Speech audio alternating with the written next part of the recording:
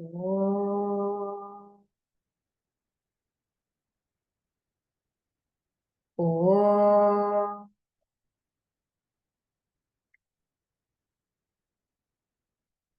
Om. Om Sahana Vavatu Sahanau Bhunaktu Saha Viryam Karavavahe Tejasvinavadhitamastu ma vidvishavahe. Om Shanti Shanti Shanti. Samasta Jana Kalyani Niratam Karunahaya Namami Chinmayam Devam Satgurum Brahma Vidvaram Namah Shri Shankarananda Guru Padambujanmani Savilasa Mahamoham Graha Grasarika Karmani. Okay, let's read the verses we covered last time, 14 to 18. Saptana Brahmane Dvaitam Jīva-srishtam prapanchitam Annani saptanyānena karmana janayat-pita Martyanam mekam devane Dve pashvannam chaturthakam Anyat-vṛtti-ātmakaḥ Annānam viniyojanam Vrihyādikam darshapurna Māso kshiram tatha manaḥ Vākprānaśceti saptatvam Annānam avagamyatam Īśena yadyapyetani Nirmitani svarupatah Tathapi jnana karmabhyam Jivo karshit tadannatam Isha karyam jiva bhogyam Jagadvabhyam samanvitam Vitrajanya bhartra bhogya Yathayoshit tatheshyatam. So here, very beautifully, in this chapter, Swami Vidyaranya ji says, what does Īśvara create and what does Jiva create? So, Īśvara creates the world. The whole world is Isha Karyam. Isha Karyam means it's an effect of Īśvara.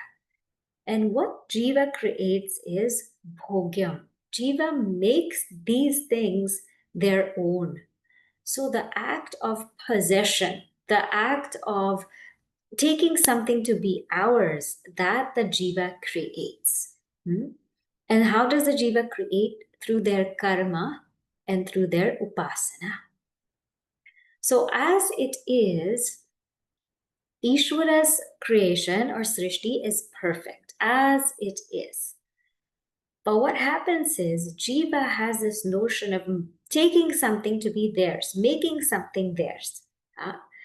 I read something very beautiful. It says, everything is as it should be and will flow as it should flow. We're not really making anything happen. You know, we might think that I am the doer and I'm making all of these things happen, and because of me, this is happening. Actually, it's just because the cosmic will is aligned with us. That's why it's happening. And when the cosmic will is not aligned with our desires, it will not happen. But it's our crazy notion who's taking ourselves to be the doer, to be the person who creates this, who makes things. And that gives us a sense of bondage. So everything will happen as it happens. The world will flow as it needs to flow. By just taking ourselves to be the doer, then again, we take ourselves to be the one who renounces doership. Actually, both of them have doership in them. So the best way is to just let things flow as they need to flow. And that's how to enjoy Īśvara Srishti. To enjoy Īśvara's srishti, just accept what is natural. The way the body grows is natural. The way disease comes, it's natural. Or health comes, it's natural. So for somebody who is a jīvan mukta, for somebody who is in that state of mind, there's no fighting anything. There's no opposing anything. And there's no trying to attract anything. It's just a life of acceptance, understanding that you can't change Īśvara's creation. Whatever you do, you can't change it. You can't change people. You can't change the creation. You can't change all these things around you. You might think you can. We might have that notion of doership that we can change. And in the beginning, that is a healthy thing. It's a healthy thing because it gets one into a rajasic state of mind and finally into a sattvic state of mind. But when we become mature, we realize that really we cannot do anything. We really cannot do anything. The world will flow as it needs to flow. There's a story of a couple. They're a romantic couple and they were sitting by the ocean. And the guy, tells the ocean, I want you to rise and make the waves really, really high and come all the way to the shore. Come close to where we're sitting. He just says that. And the waves really rose and they really came close to where they were sitting. And so his beloved said, that's wonderful that you could do that. And then the commentary on that story is he didn't really do anything. That's just the way the ocean was flowing. But what he did was he took ownership of it, right? So in the same way, we think we think we're making things happen, but actually it's just happening. With or without us, it will happen. We don't need to make too much of a big fuss. So the way to enjoy Īśvara's creation is to just let things flow. Now, here today we will see the next verse, number 19. It's analyzing further Īśvara's creation and jīva's creation. Verse number 19. Māyā-vṛtti-ātmako hīśa, māyā-vṛtti-ātmako hīśa, sankalpasadhanam jano, sankalpasadhanam jano, mano-vṛtti-ātmako jīva, mano-vṛtti-ātmako jīva, sankalpo bhoga sadhanam. Sankalpo bhoga sadhanam, māyā-vṛtti-ātmako hīśa, sankalpa sadhanam jano, mano-vṛtti-ātmako jīva, sankalpo bhoga sadhanam. So what is the nature of Īśvara's creation? So jano, in creation, sadhanam, the means in creation for Isha, for Īśvara is sankalpa. Sankalpa here means it's just natural expression. And this is through māyā-vṛtti-ātmakaḥ. This is through Maya. So Īśvara's creation, how does it happen? It happens very naturally through the power of Maya. What about jīva? Jīva, bhoga sadhanam, the means is that jīva also creates a sankalpa, but for bhoga, for enjoyment. So jīva creates a sadhana for enjoyment. He creates a means of enjoyment, and this is through jīva's mind, mano-vṛtti-ātmako jīva. So in the actual creation of the objects, the modifications are functions of Maya. The power of the Lord are the cause. Whereas for the actual enjoyment of those objects, it is the modifications or the functions of the inner organs of the jīvas that are responsible. So let us see here. I told you now before that it's natural for consciousness to appear this way. And one example that they give is how when people have a certain power, it's just natural for them to express it. So like a grandma, it's just natural for her to nourish. It comes effortless to her. She doesn't really have to work at it. She doesn't have to think, I have to nourish, I have to nourish, I have to give, I have to love. She doesn't think about it like that. And so let's say if her grandchildren come for Thanksgiving, automatically she nourishes, she makes something, she puts something together for them. But it's very effortless for her. She doesn't feel any weight on it. So Īśvara's creation can be likened to that in the sense that it's quite effortless and quite natural. It just appears. It just appears. And it's a cosmic law. We might think that, we can control the law and modify the law. Really, if it's aligned with us, it works. If it's not, it doesn't work. So it's a cosmic law and it just appears. It just happens. Jīva, on the other hand, what Jīva does is his sankalpa. The word sankalpa can be translated as will. Really, Īśvara's will is very natural. It's not, because Īśvara is complete, Īśvara is whole, Īśvara doesn't desire anything. But when you come to Jiva's will is to be complete, is to be whole. So while Īśvara's will is just natural, it's just the way things are, Jiva's will is to be whole, to be complete. And so Jiva takes a resolve, a firm sankalpa, that I'm going to get this thing. I'm going to get this thing so that I can feel whole. And this happens, in a process. The first is called satta adhyasa.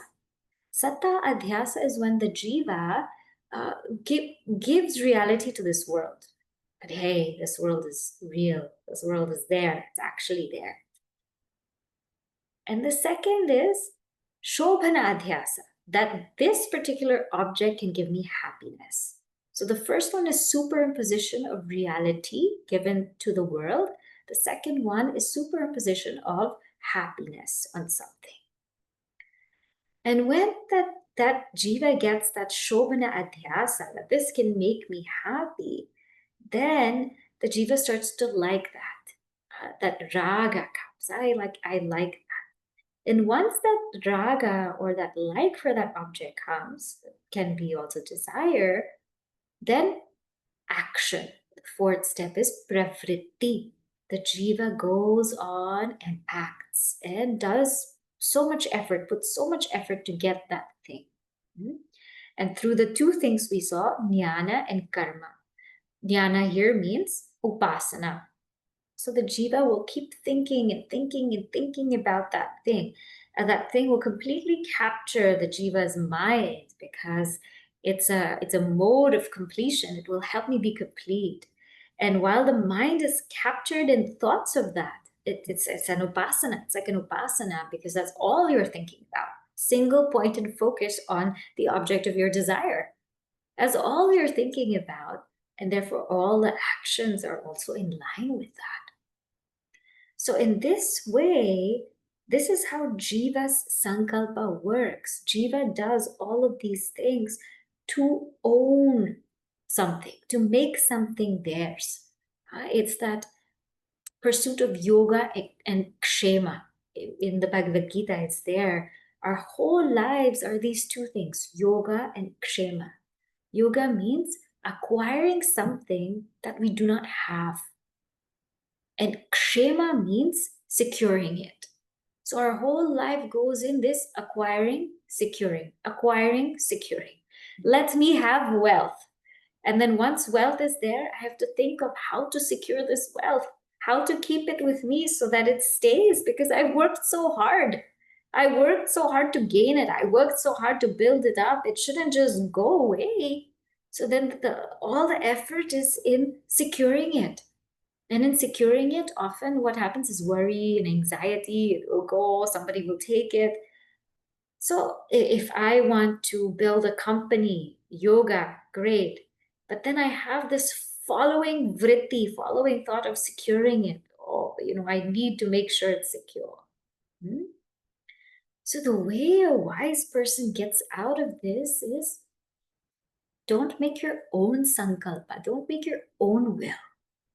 Let the will of divinity flow through you. Because if it's the divine's will that's driving your life, then he will complete it. You don't have to complete it. And he'll take it away when he has to take it away. It's his. Why are we going to mess with that? Right?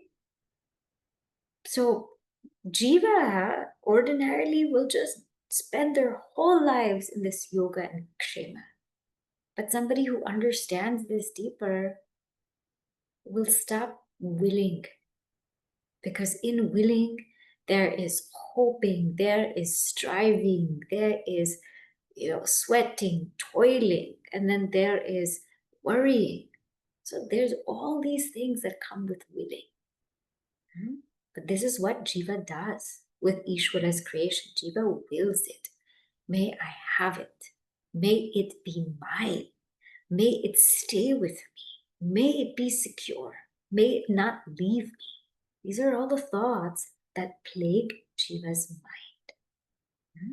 So for Īśvara, it's māyā-vṛtti, it's effortless. But for Jiva, it's manaḥ-vṛtti, it's an actual mental thought that goes on and on and on. For Īśvara, the sankalpa is natural. But for Jiva, it's very unnatural. In fact, whenever a sankalpa, a will or resolve arises, our peace is stolen. Because we have to go through that whole thing. Once we have our will and a resolve, we will have to go through the whole entire process of it and see it through. So even in Yoga Vasishta and even in Bhagavad Gita chapter 6, it says, for the person who wants to meditate, the first thing they should do is renounce this sankalpa, renounce this will. Then only the mind will be quiet. So that is Jiva. Now, to explain this concept further, that this particular thing is Īśvara's creation, this is Jiva's creation, to give examples to make us understand, he brings verse number 20. Isha nirmita manyadau, Isha nirmita manyadau, vastunyeka vidhe sthite, vastunyeka vidhe sthite, bhoktradivrittinanatvat, bhoktradivrittinanatvat, tadbhogo bahudeshyate, tadbhogo bahudeshyate, Isha nirmittamanyadau, vastunyeka vidhe sthite, bhoktradivrittinanatvat, tadbhogo bahudeshyate. Says here, take a gem, any gem as an example. Gem is called money. So manyadau means in gems, etc. Isha nirmitta, which are created by Īśvara. Vastuni, in that particular thing, eka vidhe sthite, it is just of one nature. So when Īśvara creates gems, raw materials, pearls, diamonds, everything is just one nature. Bhoktradivrittinanatvat, but because of the different mental thoughts of the enjoyers, tadbhogaha, the experience, bahudha, is manifold. Ishyate is manifold. Objects created by Īśvara do not alter. They remain the same. But gems may affect different people differently according to their mental states. So here, raw materials of Īśvara, sun, wind, air, oxygen, water, gems, metals, all of these things, when you look at them, they're just Īśvara's creation. That's it. It's just one nature. There's no two things about it. But the way that different people interact with it brings about a different type of quality to that creation. And that's jīva, jīva srishti. Huh? What kind of things does the jīva do? So let's see here, verse number 21.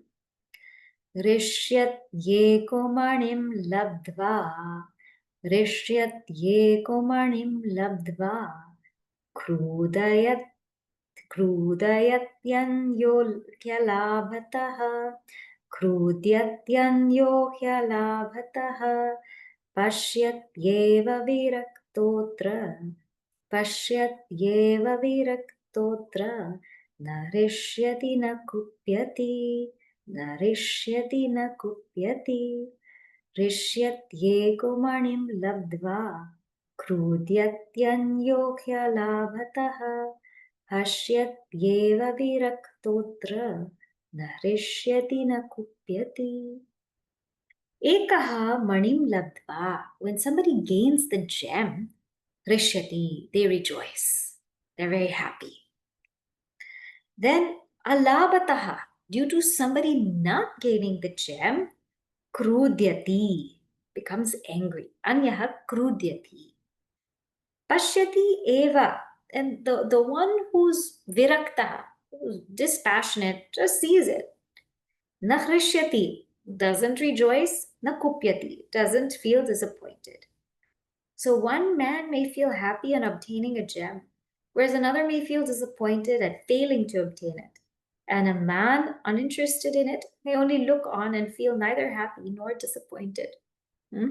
So this is jīva srishti. That you can have one thing and you can have totally different perspectives on that thing. If you're in a store, you know, somebody's in a store, and let's say there's a last piece left of one type of diamond or one type of gem, and the one who gets that diamond is so happy, but there's another one who was there who didn't get it. That person is completely sad. And there's another person who's walking by there who's just a bystander. They don't feel happy nor sad. They're like, okay, fine, whatever, right? So is it the diamond's fault? The diamond didn't do anything.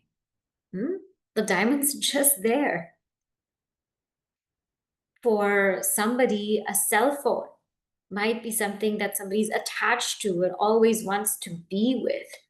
For another person, they just don't want to have any calls. They don't want to have people call them and message them all day long. But for others, it doesn't matter. If it's there, it's there. If it's not there, it's not there.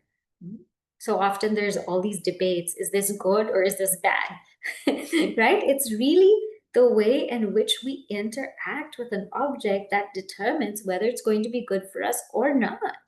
It's the way that we interact with a person to determine the relationship that we have with them, whether it's going to be good or not. So in this way, the jīva, they put their own thoughts on this creation. Way back in the beginning, we saw the story of Swami Vidyaranya ji, wherein there was a rich king, and he was carrying bricks of gold in a carriage. And he had a carriage full of bricks of gold, and one brick dropped. And so they didn't realize it. They realized it only when they went all the way to the end. They realized one brick dropped. And so Swami Vidyaranya ji saw that brick and he took it. And he took it for his morning ablutions because he needed two things. So he took one brick and one of those gold bricks and he did whatever he had to do. And he left the gold brick there. He didn't even take it. So when one of the king's ministers came back to see where the gold brick was, he was shocked. It was just left there, you know?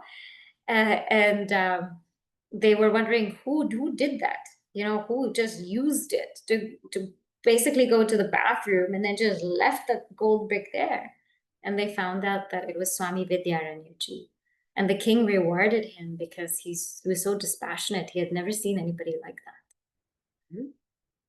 So whether something is valuable or not, it depends on really how we interact with it.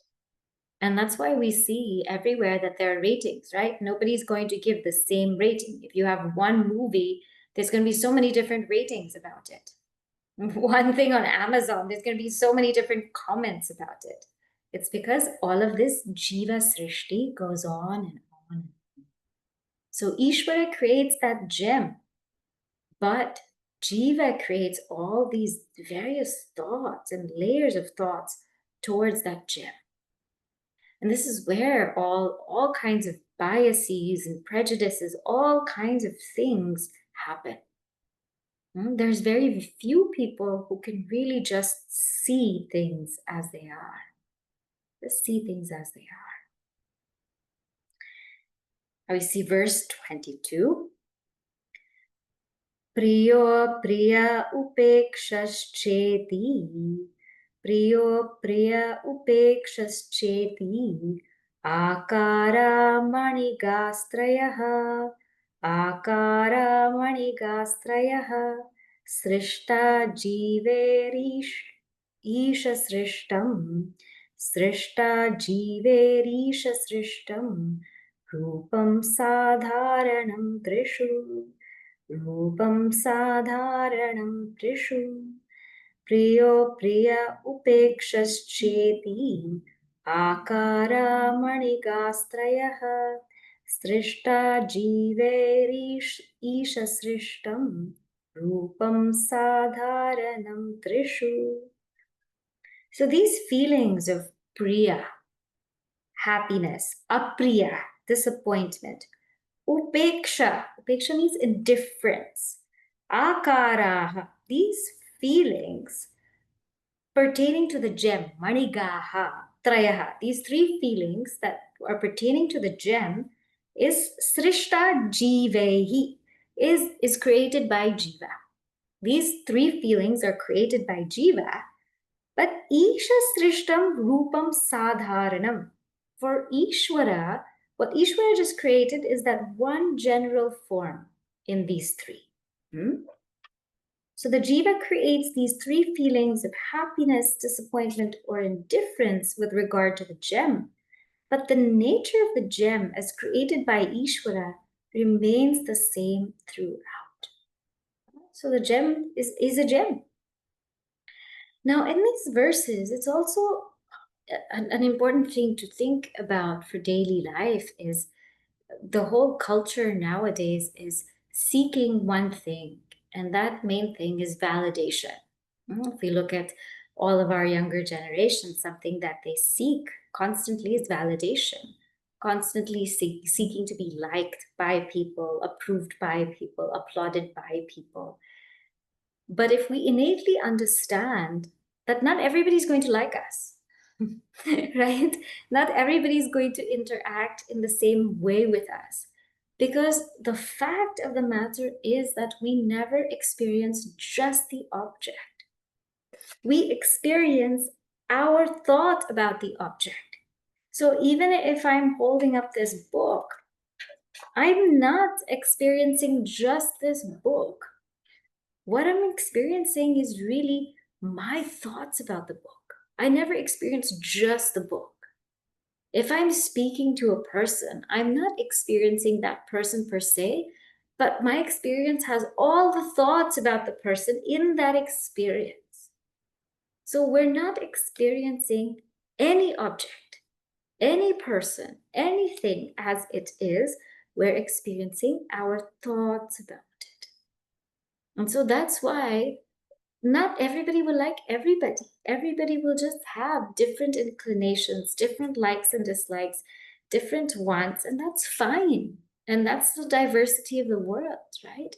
That's why there's so many different college courses, there's so many extracurricular clubs, there's so many different things because different people are drawn to different things. And if we just learn to even just accept that all jivas will be different, and it's absolutely okay. And our goal in life is not to please every single personality, or want to be liked by every single personality, that also will give us a lot of peace. Just understanding that this is how the jiva works. There's one very nice story about a donkey, where a grandfather and his grandson, they were taking a donkey to the market to be sold. And so the first time, the grandfather was riding the donkey and the grandson was walking with the donkey and the grandfather. And everybody around them said, how can the grandfather ride the donkey? He's so old. And that poor young grandson is walking the donkey. The grandson should ride and the grandfather should walk. So they heard this and then they didn't know what to do. So they switched. So the grandson came on the donkey and then the grandfather was walking. And then as they were walking and walking, the people said, oh my gosh, what is this? Why is the grandson riding the donkey? Look at the donkey. It seems so thirsty. It seems so tired. They shouldn't ride the donkey like that. So both the grandfather and the grandson ended up just walking and the donkey's riding. And then somebody said, how foolish is this grandson and this grandfather? Nobody's riding the donkey. They seem so tired, but nobody's riding the donkey. One of them should at least ride the donkey. And in this way, people kept talking about them. Finally, they just left everything. Both of them got on the donkey, went to the market and sold the donkey. But what this tells us is that's just the way jiva is, right? So if we're gonna live our lives according to that, it doesn't make sense. So for a seeker, live your life in a way that you are liked by Īśvara. Live your life in a way that you are liked by God. So what if this person likes you or this person doesn't like you? It doesn't matter. As long as you're liked by God, then you've lived a good life. You live a great life. So, jīva srishti, Īśvara srishti. Now he's going to tell us it's not just happiness in something or sadness in something or dispassion in something. Actually, there are many, many more types of things that Īśvara forms in their mind when it comes to creation. What are those?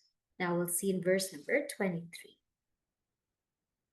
Bharya snusha nananda cha, Bharya stusha nananda cha, Yata matetya nekadha, Yata matetya nekadha, Pratiyogi dhiya yoshita, Pratiyogi dhiya yoshita, Bhidyate na svarupataha, Bhidyate na svarupataha. Bharya snushanananda cha, Yata matetya nekadha, Pratiyogi dhiya yoshita, Bhidyate na svarupataha. So he says here, Bharya, yoshit. One woman could be Bharya. She could be a wife. Snusha, she could be a daughter-in-law.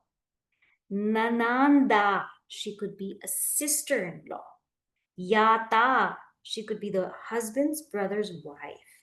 Or Mata, she could be a mother. This way, anekadha, many, many ways, pratiyogi dhiya, by the relationship that we have. Pratiyogi dhiya means by the corresponding relationship we have with that lady, Yoshit, Bhidyate, all of these things are different. All of these notions are different. Naswarupataha, but in her essence, she doesn't change. So through personal relationships, one and the same woman appears differently as a wife, as a daughter-in-law, a sister-in-law, a cousin, and a mother, but she herself remains unchanged. So what he's saying here is, Īśvara Srishti is a man. Īśvara Srishti is a woman. Īśvara Srishti is a child. But the different relationships that we have with that person, that's called jīva Srishti.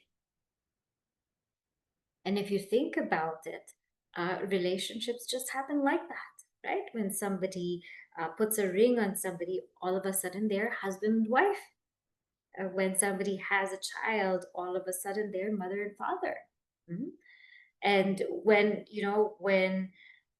a couple becomes mother and father, then their parents become grandparents, right? Their relatives become aunts and uncles. So in an instant, all these relationships start to form, and all these relationships are really jīva, jīva srishti. Now, what is the practical application of this and understanding this? One thing we do with our relationships is ownership. With ownership and attachment. Let us say a child. We take a child to be ours. We take that child to be ours. Khalil Gibran says very beautifully that this child has come through you. It's not from you, but through you. And the minute we take ownership of something or somebody, we feel that this person is mine, there's this need to control that person, to control, to shape, to change, to keep, to hold close, to secure that person. Again, that same yoga-kshema. And that's where all, again, anxiety starts. Because if we feel like we own the person, then we want to mold them a certain way. Then we have certain expectations of them. Then we want them to meet those expectations. And if they don't meet it, then we become disappointed. And then we want to make sure that they stay with us all the time and they take care of us all the time. But the reality is, nobody owns anybody. Nobody owns anybody. And when we take that person to be ours, all of it comes.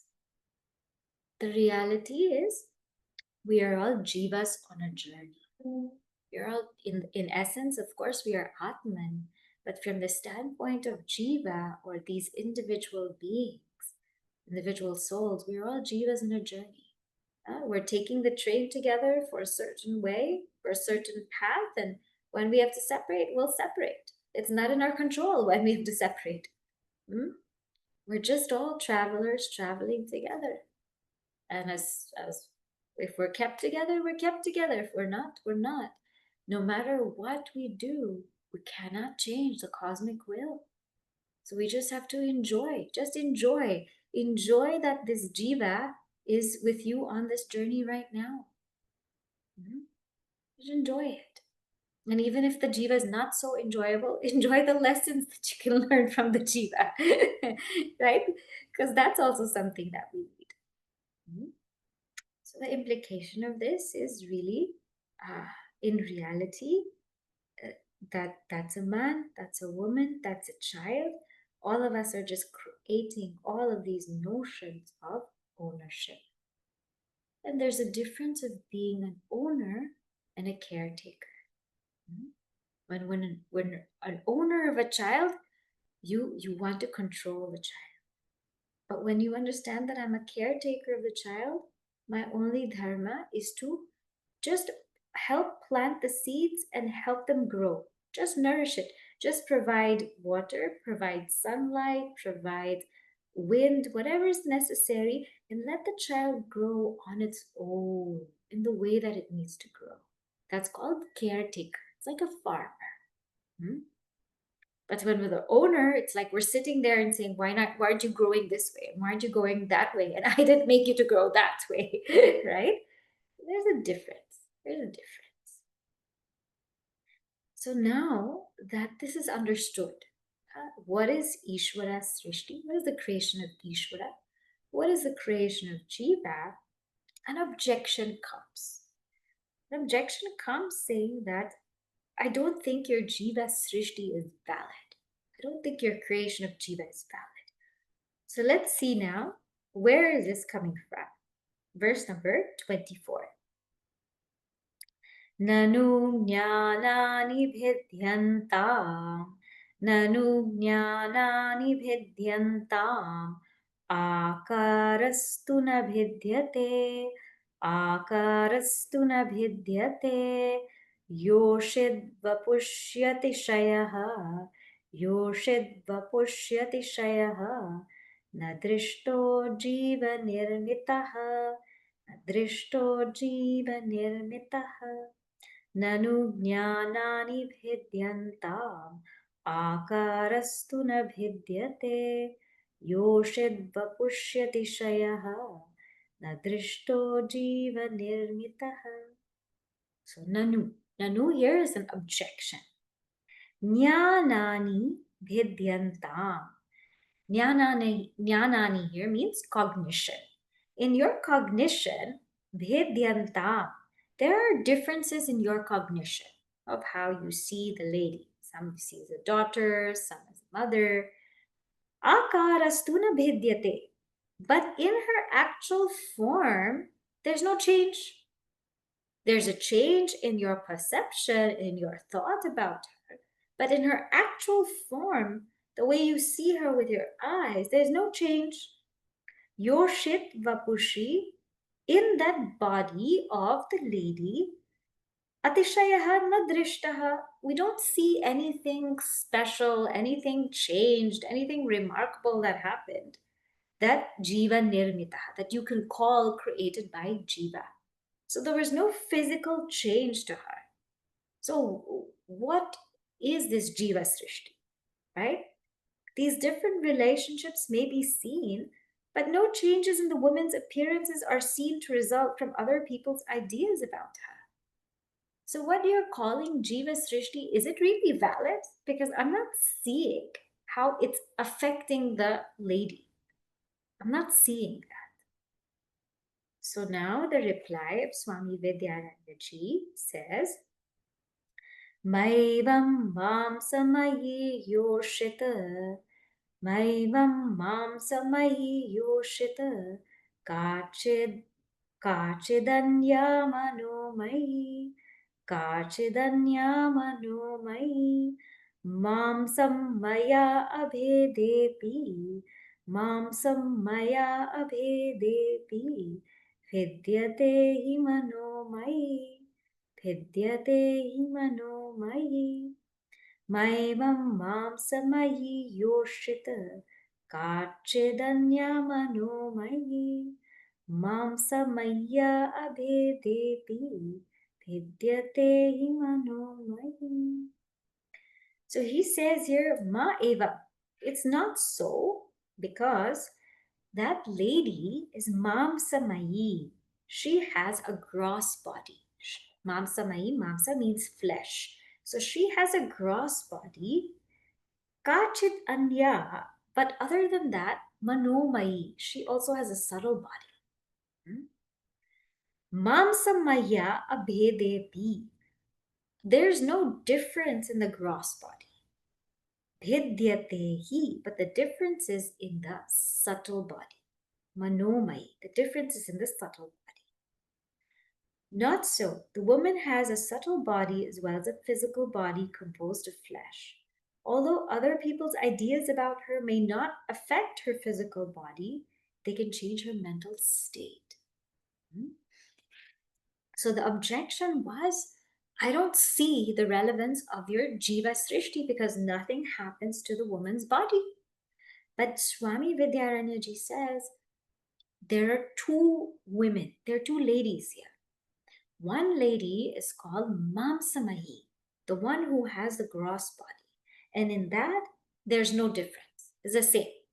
You'll see the same hair, the same eyes, the same face, you'll see the same thing. Manomai, but the mental state will be different. Mental state will be different. And that's what we're talking about, jiva srishti. Because when somebody regards her as a mother, towards that person, she'll have a different emotion. When somebody regards someone as a mother, they have a different emotion. When somebody regards someone as a wife, different emotion.